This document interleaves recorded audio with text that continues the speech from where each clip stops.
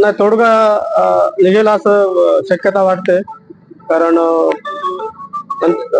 माननीय पंतप्रधानांनी पण त्याच्यामध्ये पॉझिटिव्ह या गोष्टीवर विचार करा म्हणून असं सांगितलेलं आहे. आणि त्याच्या 2 मागण्या मला वाटतं मान्य पण केलेल्या आहेत.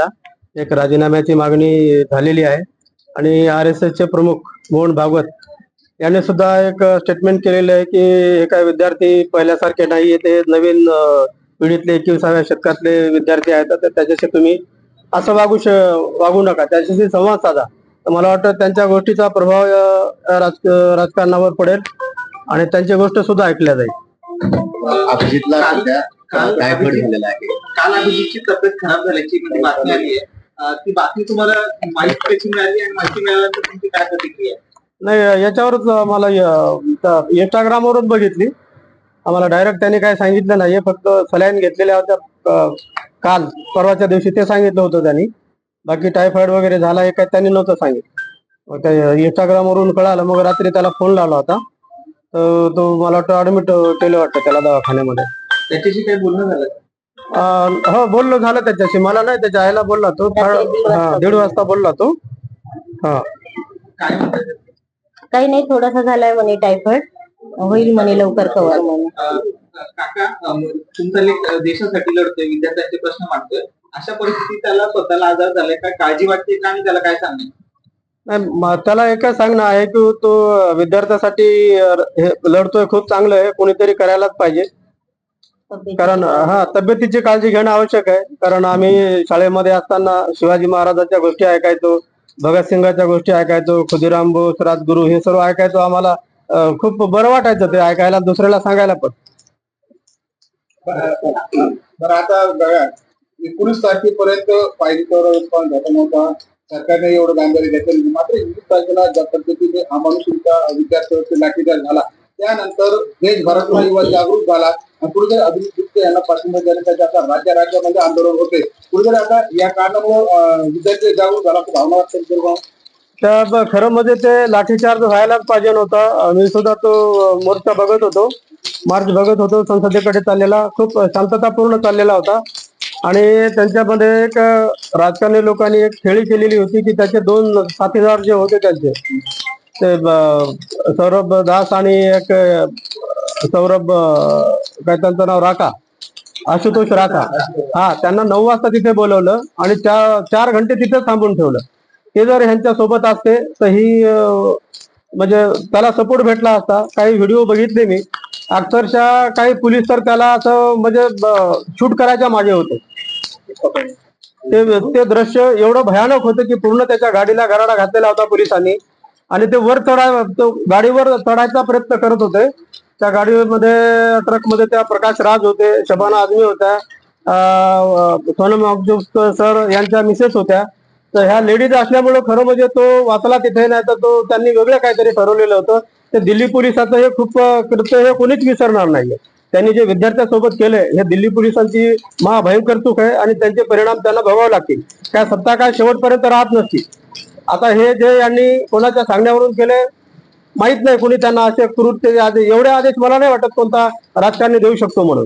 दिले जरी असतील तर याचे परिणाम त्यांना भोगावे लागतील. कारण हे काय राजकारण हे काय त्यांच्या शेवटपर्यंत कारण 5 वर्षामध्ये चेंज होत असतं. हे राजकारण बदलल्याच्या नंतर आणि हे मंत्रिमंडळ बदलल्याच्या नंतर ज्या पोलिसांनी लाठीमार केलाय त्या एकेकाचा बदला हे लोक घेतल्याशिवाय ही जनता राहणार नाही. पोलिसने असं वागायलाच पाहिजे होतं. काय काठ्यांना खिळे होते, हे कुठली पद्धत आली? खिळे असतात कुठं काठ्यांना? खिळे होते काठ्यांना? काही मुलींना मारलं, मुलींचे कपडे फाडले. महाराष्ट्रामध्ये अशा घटना कधीच घडू शकत नाहीत. हे दिल्ली पोलीस हे म्हणजे ते गुंडच आहेत, गुंड प्रवृत्तीचे त्यांच्यामध्ये हे आहे. ते खरं म्हणजे पोलीस ह्या सेवेला ते लायकच नाहीत. त्यांना नावं, हे पोलीस हे नाव ठेवणं त्यांना शोभतच नाही. त्यांना गुंडच ही उपाधी द्यायला पाहिजे.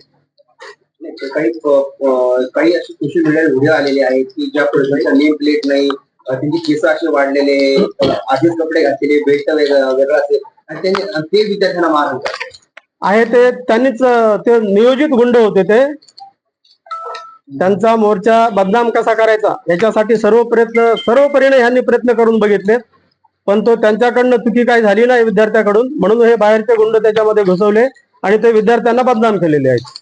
विद्यार्थी त्याच्यामध्ये कुठे विद्यार्थ्यांनी चुका केलेल्या नाहीत. शेवटचा प्रश्न आहे की म्हणजे आज म्हणजे काल नड्डांनी आणि त्यांच्या सहकार्याने जी भेट घेतली त्याच्यानंतर त्यांनी आज दुपारपर्यंतचा वेळ सांगितलाय. म्हणजे धर्मेंद्र प्रधानांचा राजीनामा द्यायचा की नाही त्या संदर्भात चर्चेची काय भूमिका आहे हे आज ते दुपारी सांगणार आहे. तर तुम्हाला काय अपेक्षित म्हणजे तुम्हाला वाटतं का की राजीनामा देतील आणि याचा तोडगा निघेल? तर हे राजीनामा घेत का नाहीत हे का पहिलीच गोष्ट आहे का भारतामध्ये? भारताच्या इतिहासामध्ये जर आतापर्यंत बघितलं तर कमीत कमी 40-50 केंद्रीय मंत्र्याचे राजीनामे झाले. स्टेट लेवलवर तर तुम्ही सोडून द्या. हे राजीनामा का घेते? तर राजीनामा घ्यायलाच पाहिजे ना अशा व्यक्तीचा. कारण या सर्व घटनेला कारण तो एकच व्यक्ती कारणीभूत आहे. त्यांनी जर राजीनामा दिला असता तर एवढे प्रकरण वाढले नसते. दुपारी जो काही भूमिका सरकारकडून मांडली जाणार आहे त्याच्यात वाटतं तुम्हाला की राजीनामा घेतली? त्यांनी राजीनामा द्यायलाच पाहिजे. त्यांनी तो जर शहाणा माणूस असेल खरंच तर ह्या सर्व गोष्टीचा विचार करून हे केवळ अभिजितच्या एकाचं काम नाहीये. हे भारतामधल्या संपूर्ण विद्यार्थ्यांचा जीवाशी प्रश्न आहे. आणि केवळ नीटच नाही, हे इतर परीक्षाची सुद्धा बाबत आहे. निगडीत सर्वच बाबी येतात एज्युकेशनशी संबंधित. या ठिकाणी जर दुसरा संवेदनशील व्यक्ती असता तर त्या संवेदनशील व्यक्तीने कधीच राजीनामा दिला असता आणि विद्यार्थ्यांचं समाधान केलं असतं. ज्या पद्धतीने आता युवा जागरूक झालेला आहे तर तुम्ही युवाला काय सांगू इच्छिता, काय संदेश देताय? तर युवांना तर मी एवढं सांगेल की तो काय त्याच्या स्वतःसाठी करत नाहीये. तो सर्व तुमच्या भवितव्यासाठी लढतोय तो. आणि हा लढा तर मला नाही वाटत तो इथे संपेल म्हणून. कारण तो खूप उच्च शिक्षण घेऊन आलेला आहे. बुद्धिमान आहे, तो हुशार आहे. त्यांना सर्व विद्यार्थ्यांच्या बाजू म्हणजे आणि तो गरिबीतून आलेल्यामुळे त्याला ह्या गरिबीची जाणीव आहे.